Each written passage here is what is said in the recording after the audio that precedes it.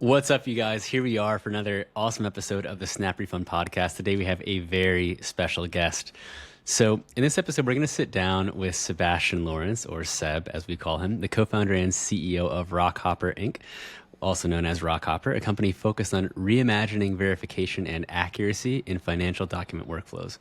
In modern financial operations, speed matters, a lot like payments in the insurance space, but accuracy matters more. And behind every transaction, approval or operational workflow is a layer of verification that most organizations still handle through fragmented systems, manual reviews, and inconsistent processes.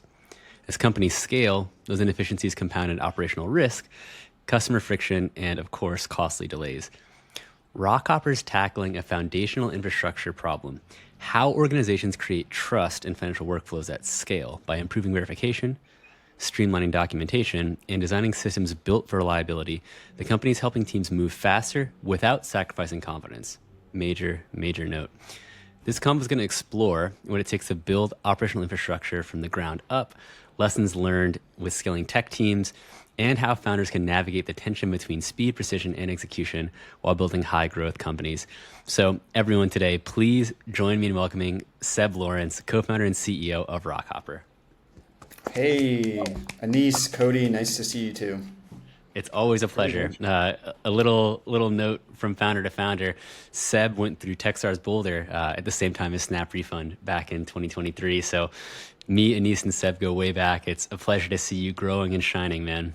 Thank you. Likewise. What a great time we had at Boulder. I wish we had the opportunity to go back and do it all over again. I know, that's a microcosm for life, huh? You only get one go through, no rewinds. Exactly. That's why I have a motto. It's always live life to the fullest and be present in front of the people to the most that you can be. Yeah, that's a good note for all of us. So diving in, let's talk about how things got started. On a personal level, Seb, what originally drew you towards building operational infrastructure tech and solving the workflow challenges that Rockhopper does? So prior to starting Rockhopper, I worked at S&P Global for about 10 years, corporate America life. If you've done it, you know what that is. Lots of processes, lots of organizational charts. Everything is done through some type of strategy plan. I worked in corporate finance, so a lot of the work that you were doing was organizational. You really have to think about how to get work done in the most efficient way. And a lot of it has to do with what your infrastructure is like: billing, accounting systems, forecasting, who gets what report, who needs to provide which information and verify it. So that's kind of my background and how I thought about Rockhopper kind of going into it. So, Seb, it seems that like verification and accuracy, it really sounds simple on paper, yeah, but operationally it's really difficult at scale. So why do so many organizations struggle with it? I think it's one of those things where there's just so much data points out there in organizations. And as companies grow or as they get more complex, that you actually have more data. When you think about any organization, I would say $100 million in revenue and up, the biggest consumers of data is typically finance. And it's not just financial data, it's human resource data, people data. It is compensation data. It's billing, it's product data. How is the product going out the door? How many units are being sold? And so from that standpoint, finance has an outsized role in decision making, analyzing, and getting the right data points to executives to make decisions on. And I think from that standpoint, when you look at that, everyone wants accurate data. Everyone wants to rely on it and make sure that, when you make a decision, it's with the full confidence that it's been reviewed. And ultimately, finance, not only being the sort of front line of that, they also have to review it, make sure it's correct. And it's hard to systematize that type of stuff because a lot of it is ad hoc. A lot of it is manual.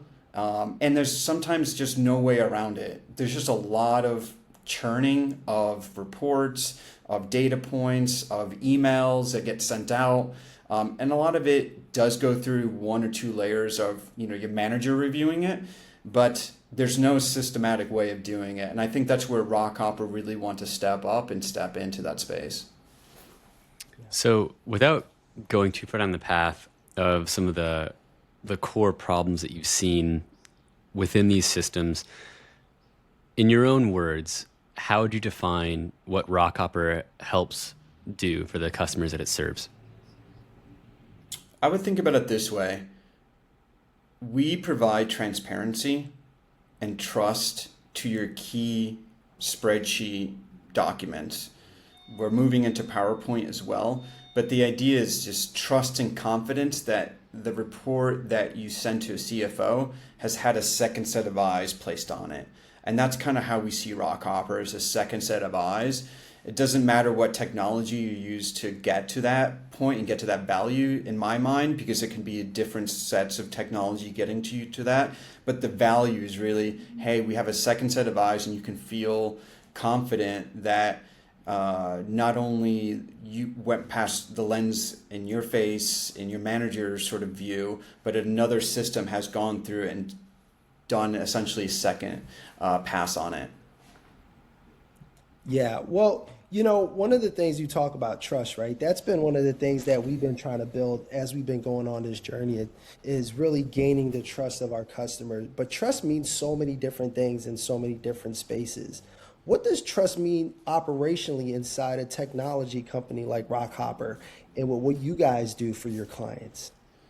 I think trust, like you said, is very nuanced, especially when you talk about entrepreneurial types of businesses that are coming to the market. You need to show an enterprise company, a CFO, COO, or executive champion that the technology works, but also they can trust the leaders that have founded the company to follow up and to, if there's an issue or a bug, it's been fixed, it's going to be fixed, there's some remediation plan. And I think a lot of that is under sort of reported or not really talked about too much, is like, there's the product standpoint, but a lot of folks are taking a chance on you. And I think software buying is one of those arenas where there's a lot of unknowns. And so you'll see in the marketplace, there's a lot of third-party vendors out there, Gartner, G2, that help sort of facilitate the education and also provides that additional trust. So that could be one component of trust. The founders is a second, and then maybe the third is a referral from another customer that says, hey, Anise and Cody have built an awesome product, like you have to use it, we're using it. And that ultimately plays to the final purchasing decision. Yeah, that makes a lot of sense. So a lot of startups like to focus on flashy front-end experiences, or maybe nowadays, some AI or wrapper. But why did you choose to focus on a back-end operational infrastructure instead? I ultimately looked at, let's solve a problem instead of being sort of a shiny tool. And I think that is something that finance, operational people appreciate, is that you're actually solving a problem. And that's what I want to focus in on. It's unsexy, yes, but it's something that practitioners, operators go through and face every single day or weekly or monthly. And I just thought, if you're going to create a business, I at least want to help someone, not just make an incremental better improvement to a PowerPoint or a viewer or some type of end reporting. It ultimately had to be a transformational change to how they do their day-to-day work, and that's what I want to tackle. When it comes to unsexy businesses or industries, Anise and I, we know exactly what that's like. Yeah, exactly. And I mean, unsexy, like, think about insurance, like, for you guys, like, when you're talking to insurance industry, like, what's the typical conversations like? I mean, you guys are coming in as founders, right? Like, you're coming in, bringing the mojo, bringing the excitement in what you do. Like, how do you guys like pitch and sell SnapRefund to your clients? Man, so much of it comes down to finding the person who actually has the job or the role it will directly become easier or better by using ClaimSnap or AgentSnap, because so many times we've talked to someone who might be in underwriting or someone who's in marketing, and if they're not the one who actually owns the balance sheet where the labor dollars are spent for paying claims or managing the premium, then there's only so much resonance that our message will have with them, because they're like, cool, I guess that's actually Brenda's job. I'm over here doing something totally different. So there are people who are passionate about what seem mundane to maybe the average layperson, but when that's someone's world, then when you speak their language, you could really get a lot of mojo from them, because they're like, yeah, I love claim payments. This is my life. And I'm like, oh, cool. Well, we're going to have a good conversation. Yeah, and ultimately that's how good things happen, is that you meet someone on the same wavelength, that they have this problem, they're open to new solutions and having conversations with people and exploring. And then there's the founder, us together, right? We're coming with a solution to a problem, and we're just trying to find the right people in the organization that can make that decision or push us to the right team, be our champion, describe what SnapRefund does or SnapAgent or Rockhopper. And ultimately, I see my job as a founder, and you probably see it similar, is you're trying to bring awareness to SnapRefund, but also find the right people in the right parts of the organization to make those connections, because your product provides value. You know it, but they don't yet. They don't know it yet. And that's ultimately like the fun part. Yeah. And also sort of the hard part is finding those people. Yeah. Well, it's a challenge, right? I think it's one of the challenges that we all shared at Techstar in the early days, is really finding those ICPs and directly the people that's going to buy. But there's been so many other challenges. And as a startup, really, what has those early scaling challenges been for you in Rockhopper, besides sale, that you guys were able to overcome?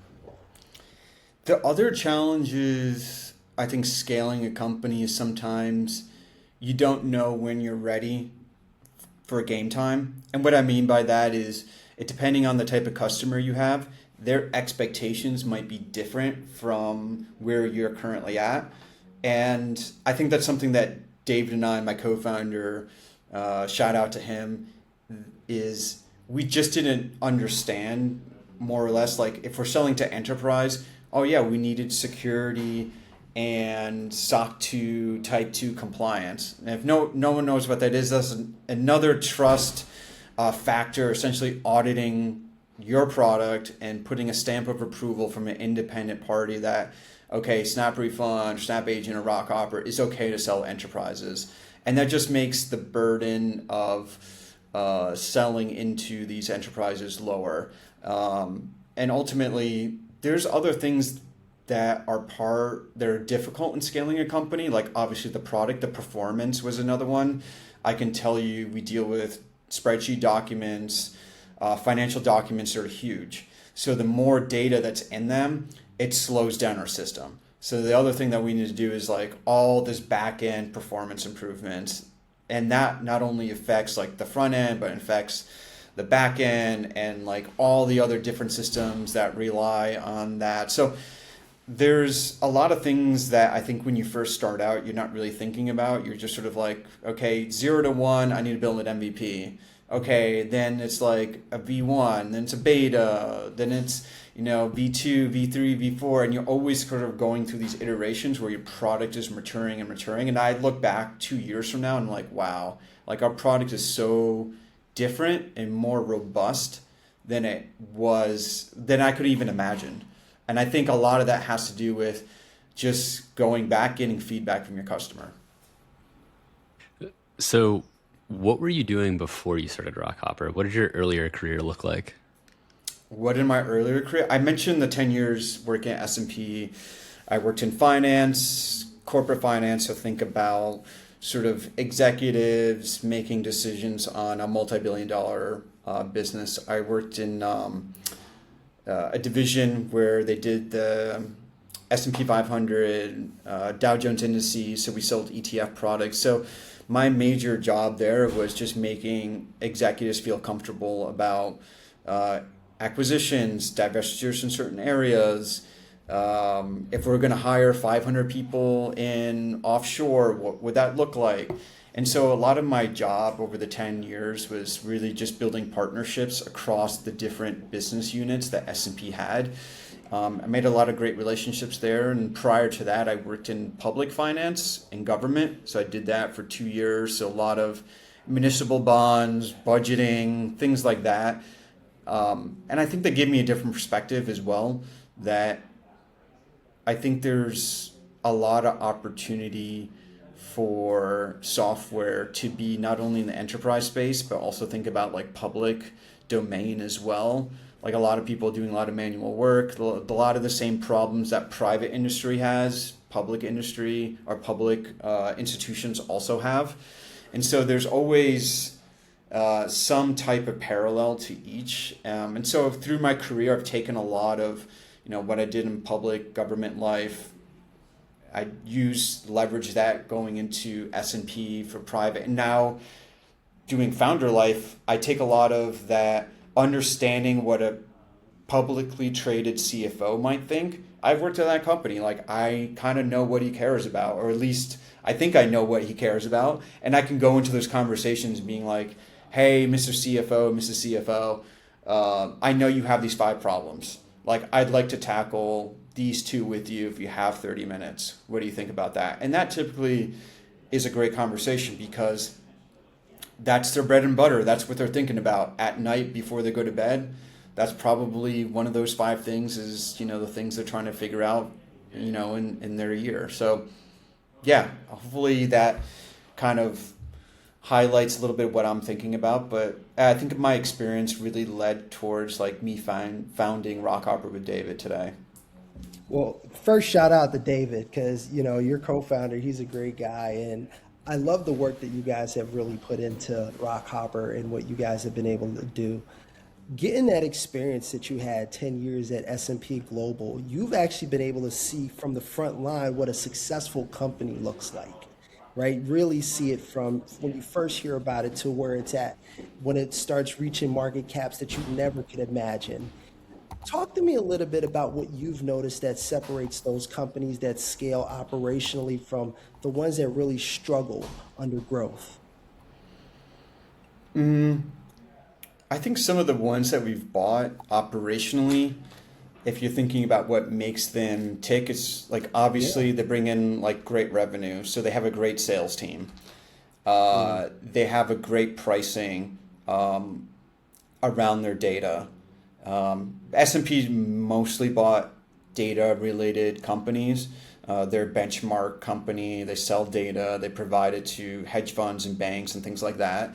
And ultimately, really great sales focus. They understood their customer. And I think that's a really underrated aspect of purchasing a customer or purchasing a company is like they found their niche.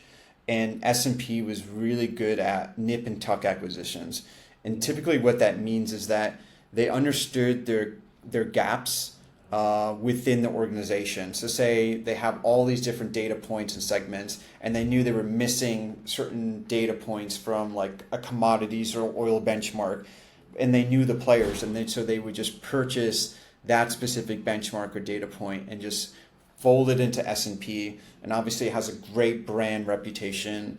They're market leader. They're number 1 in that space. So ultimately, when you look at these types of companies, they just have really great understanding of who their customer is, and they just went after them, like all of them. They knew exactly like who needed this benchmark, which bank or which oil company, and they just had like a really great customer segment. And ultimately, that's a great acquisition for a company like S&P or publicly traded. It's like, hey, these guys know what they're talking about.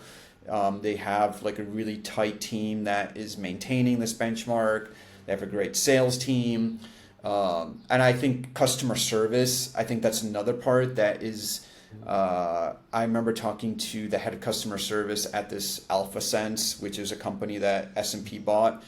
And this guy actually spent a lot of time with customers, like so much time with customers that he was complaining that he should have gotten commission as well, because that sale is done, right? And the salesperson leaves to go on to the next prospect, but the customer service person is spending like all the time, figuring out what that customer that they brought on needed, and it keeps doing that for months and months and months and years and years and years. So I think a little bit in there just to wrap it up: great sales team, great customer service, and ultimately a great engineering team that's supporting that. And I think maybe that's less so these days just because of AI, but those were sort of like the three functional areas that, to have a really good operationally run team, you really need to have like all three of those all humming together. Yeah. That's interesting. So when I think about your journey into identifying the value props that Rockhopper solves today and then building the product and the business around that, it also makes me think about internally. So what is it like, as you think about how those experiences have shaped the culture within Rockhopper? If you're building a company that's all about helping improve accuracy, the veracity of data in various forms, what does that mean? What implications does that have in the way that you run your own teams internally as you manage a product and control the accuracy and quality of a platform? Yeah, I think that one is super interesting because one thing that I told David, I think on day one with our product, is that the key core product, which is the sort of diff engine or this change engine, always needs to work no matter what. Like, it just needs to be ironclad. We have a large file, it needs to work. If it has macros, it needs to work. Or if it's, something that has multi-tab and super, super complex, like, it has to work. And I think from that lens, we've always tried to release new product updates with being like, the number one thing is like, our main value proposition of the company and the way the product works has to work 100% of the time, or we're never going to release new products on top of it. And I think that is good from a sense that most of our customers are looking at Rockhopper to be that source of truth and that review process and verification. And if it's not going to work one time, like, that's enough for people to be like, I don't trust it and I'm not going to use it again. And I think that's kind of an important aspect of like knowing who your customer is and also knowing what value you provide. Yeah. Well, when you talk about being correct 100% of the time, I think about AI and what it's there to do. How do you see the role of automation or AI realistically play in improving this operational accuracy and trust? Yeah, I think this is kind of one of those things where there's a lot of hype around the AI in general, especially around finance, because when you think about finance in general or accounting or any financial field, you want everything to be fairly deterministic, meaning like 2 + 2 = 4, not like 2 + 2 = 4.2. And I think from that perspective, AI, there are things that you can do. I know Claude, I know Index provides and produces generated models. So it's cooking up, I want a DCF model on this industry, pull this data, It's going to run it. It's going to take 15 minutes to an hour to run those models. But ultimately, where did those data points come from? Those going to be the obvious questions that you're going to get from a manager or CFO that looks at the generated report and being like, okay, that didn't come from a system that we have internally. So how is the Index or Claude or Microsoft Copilot even coming up with that number? And I think some of those things are interesting because it depends on the use case, obviously depends on the industry, but I just think it's more, this is where Rockhopper is going to play a lot of value in the long term, is that we want to be that verification system. And that's ultimately where we see ourselves playing in, sort of being this validation verification system for AI generated analyses.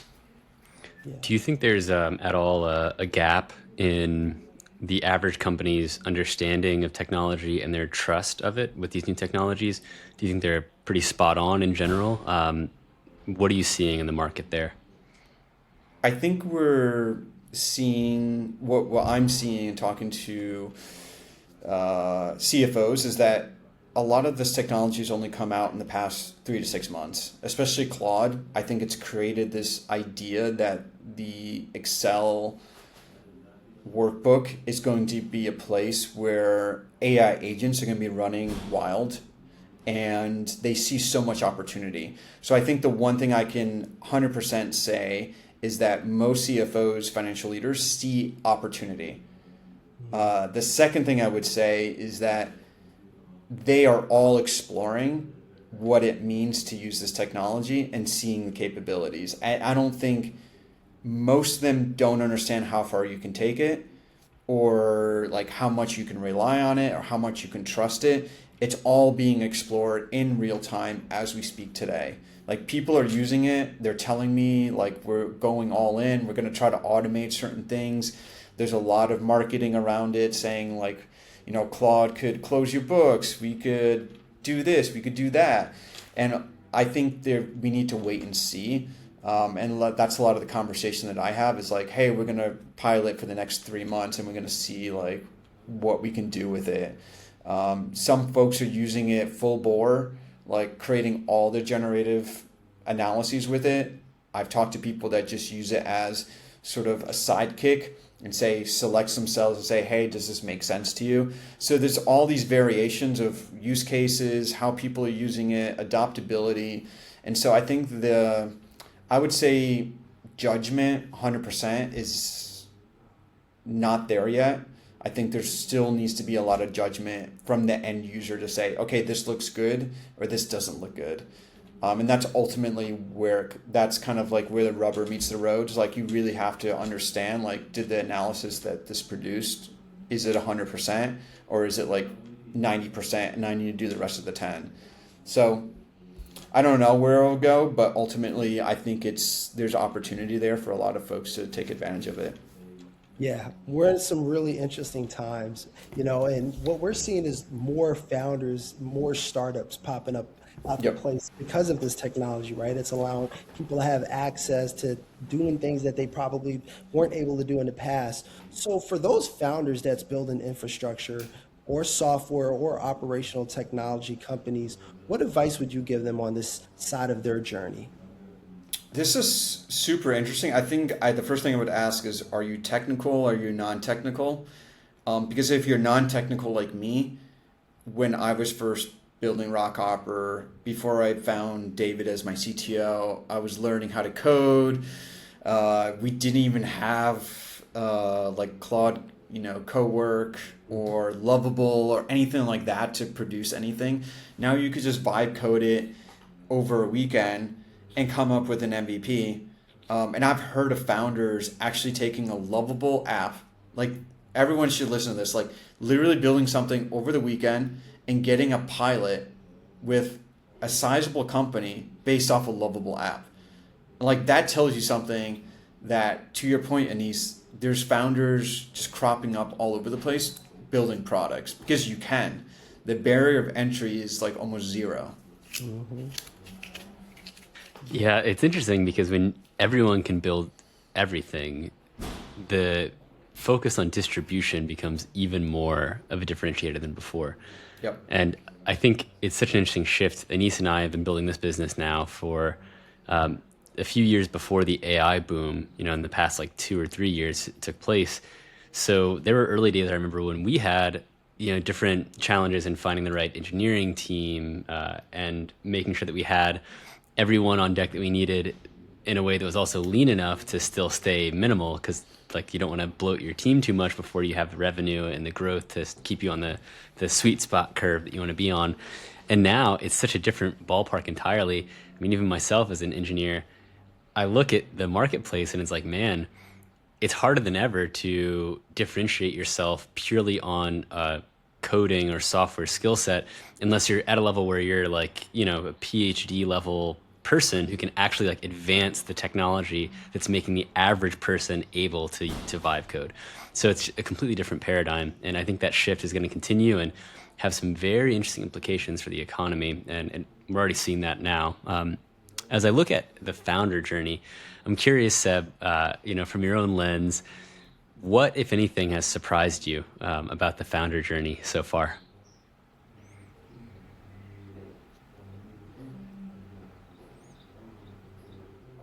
Hey, Anise, I think I missed that. Oh, Seb, can you hear us now? Yeah, I can hear you now. Sorry, my whole screen froze. No worries. Well, the question is, so from a founder lens, what, if anything, has surprised you about the founder journey so far, Seb? That's a great question. I would say, coming from my background, I worked in corporate America. I've never done something entrepreneurial like this. I've done stuff when I was a young kid. I mean, people have stories, selling lemonade and trading baseball cards or whatever it may be. And I kind of look at it, it's like you really learn so much about yourself. Like, are you resilient? Can you wake up every single day, even when you know it's going to be a grind, and just keep doing it? And I think what I've learned about myself is that there's always the opportunity, like you never know when something's going to come up. You just don't know. Sometimes you just need to create your own luck. And what I mean by that is, reaching out to people, talking to people that you normally might not talk to, getting out of your comfort zone. And I think that's probably the best skill set that you're ever going to get out of the founder journey, is just getting out of your comfort zone, because you just don't know what's going to happen. You also don't know like how far you can take yourself. And I think that's surprised me a lot. It's like I've taken myself to these other, reached these plateaus. Like I thought there was plateaus. I thought I couldn't go above a certain threshold, like public speaking or speaking with, a CFO and selling the product and making a sale. Like I didn't think I could do that, but I did. Now it's like, oh, can I grow the company to $1 million? Like all these things that, you have yourself doubt because you've never done them before. I have no context to say I can do this stuff.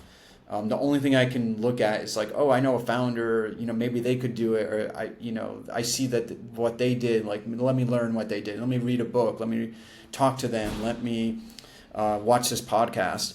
And ultimately, I think that's really surprising things. Like you're able to do things you never thought you would be able to do. And I think that's kind of surprising to me. Man, that's so real. I actually watched a show recently, and there was a line in there that I thought was like surprisingly insightful. And the line was, someone said, whether you think you can or you think you can't, you're right either way. And I really thought that was on point. Anise, I actually want to break the mold a bit and flip the same question to you, because you've been on this founder journey for quite a while as well. What's surprised you most, Anise, about the founder journey? I think just how hard it is. I think we all, I guess, I don't want to say everybody, but when you're a creative inside, you feel like you're an artist and you just feel that you're right and you're sensitive about your ideas. So you have this, I guess, whether you said whether you're right or whether you're wrong, you're right about it, is this ideal that like, I'm going to build this and it's going to happen.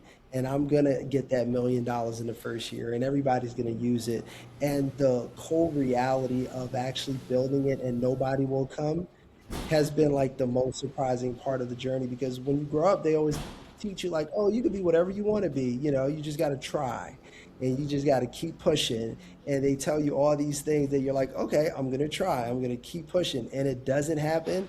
I think that's been the most surprising part, where it's like, now I'm challenging the gods, where it's like, look, I know you said that this thing's going to happen. I'm really not going to quit because I believe it's going to happen, because the minute I say it can't happen is when I'm going to be right as well. So I think that's been the most surprising thing. I'll throw that question to you, Cody. What's been the most surprising thing for you? Yeah, Cody. Yeah.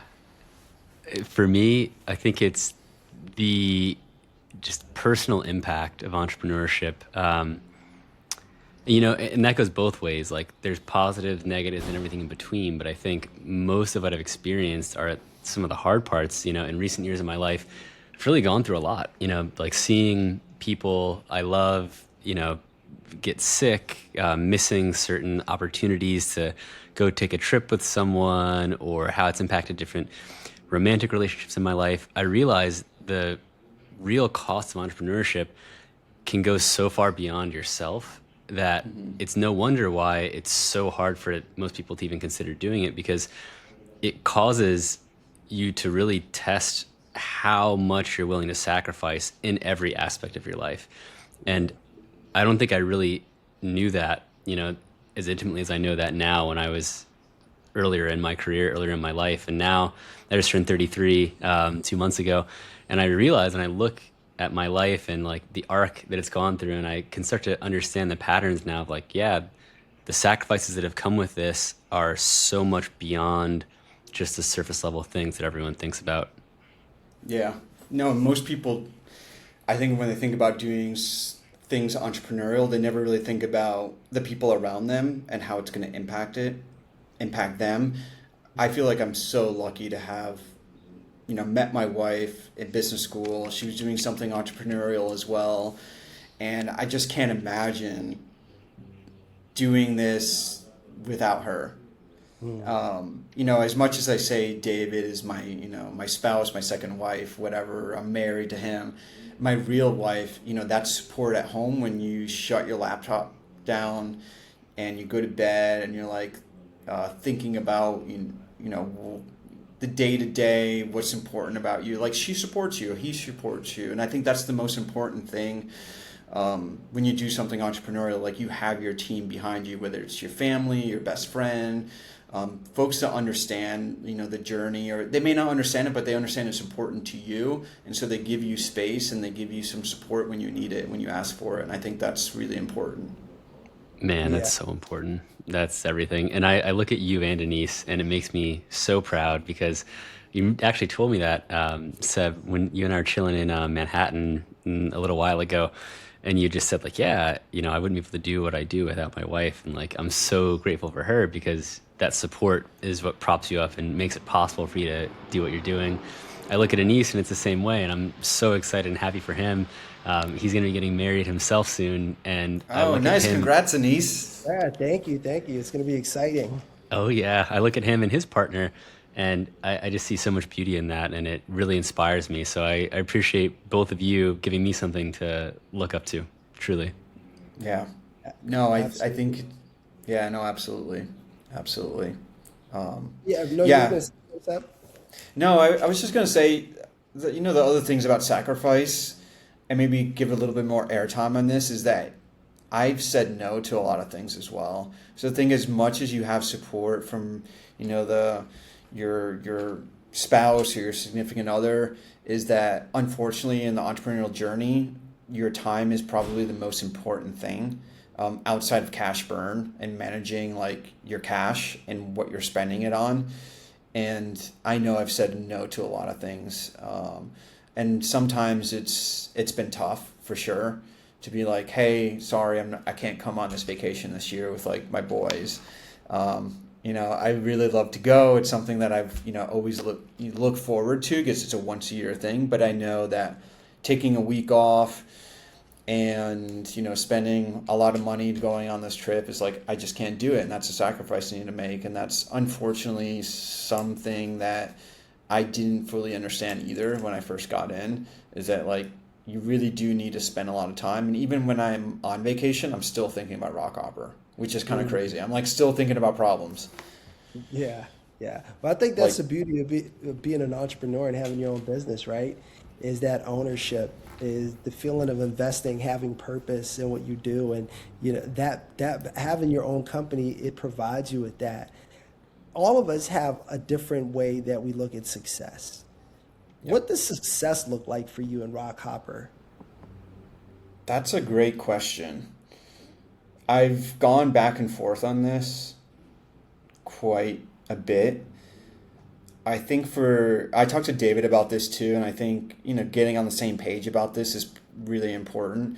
Ultimately, a lot of folks took a chance on us. And what I mean by that is, we are VC backed. We have angels on our cap table as well. Like, for me, being successful is giving back their money and plus some.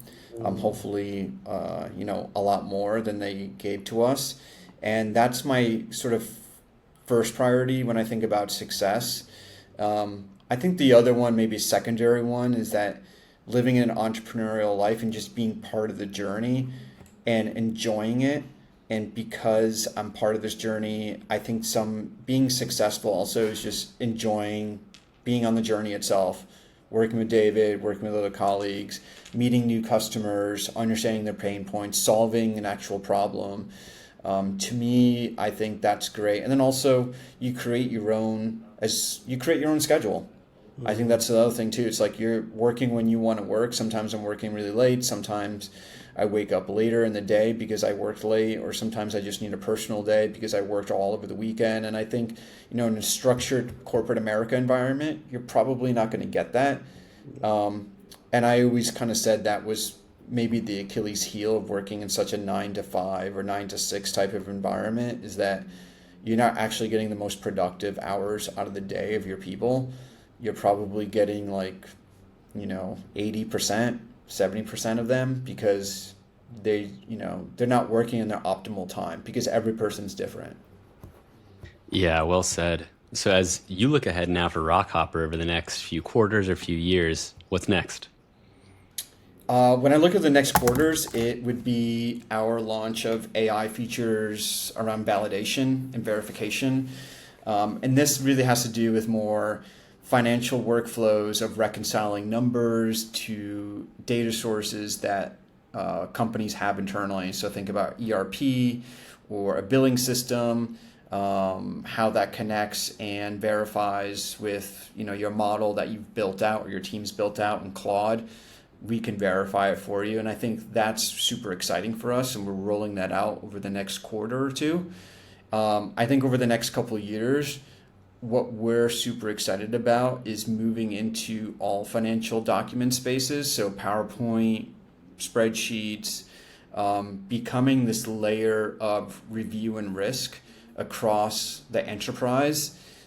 We ultimately see ourselves, my main goal, to be honest, and I've said this to a couple of folks, is that I want to go to a CFO of a public company, and our value proposition is saying, we can reduce your audit fees by X amount of dollars. And I look at that being because I know they're spending millions of dollars on their external auditors, millions. And if I can say, I can cut your audit fee by $1 million because we do this certain thing this well, and we're automating everything around it, and you don't need this internal audit team to do it because it's all being replaced by AI and our system. That's kind of where I want to see, that's the ultimate value proposition for Rockhopper. We save you $1 million. And I remember, Cody, I said to you, and Techstars, going all the way back, where, my opening pitch line and my hook was, I made $1 million mistake. And I remember. Always looked at that and be like, how do I flip that script and be like, I can save you $1 million? Mm-hmm. And that's kind of that's what I get excited about. If I can go to CFO and be like, hey, we're going to save you $1 million on your audit fees. This is what we can do, A, B, C, and you're going to get $1 million in year one. That's what I want to do. That's kind of the ultimate value proposition I want to get to. No, I love that. Yeah. Seb, thank you so much for joining us. No, I think it was powerful, really. You're an inspiration. Dave is too. I see how hard you guys work. I've seen the journey. To still be standing here and for us to have this is really just a great moment as well for me, just to be able to share this. And I think it's also important to our listeners, right, is to consistently learn what's out there. What are some of the tools that they can actually tap into that can help them with their business and with their workflow? As we leave, is there any last thing that you'd like to leave the people with, where maybe they can find you, they can connect with you if they're looking for you guys and looking for some help? Yeah, first I would say you can go to our website, rockhopper.co, or you can reach me personally at Sebastian Perez Lawrence on LinkedIn. I'm there all the time, answering messages, reaching out to CFOs. So if anyone's interested, having a conversation, I'm happy to jump on a call and walk through what you guys are up to. Oh, I love it. Seb, it's been a pleasure. Everyone, thank you for joining us. It's been another amazing episode of the SnapRefund Podcast. My name's Cody Eddings. And I'm Anise Taylor. And we'll catch you on the next one. Peace. Bye, everyone. Thanks, Anise and Cody.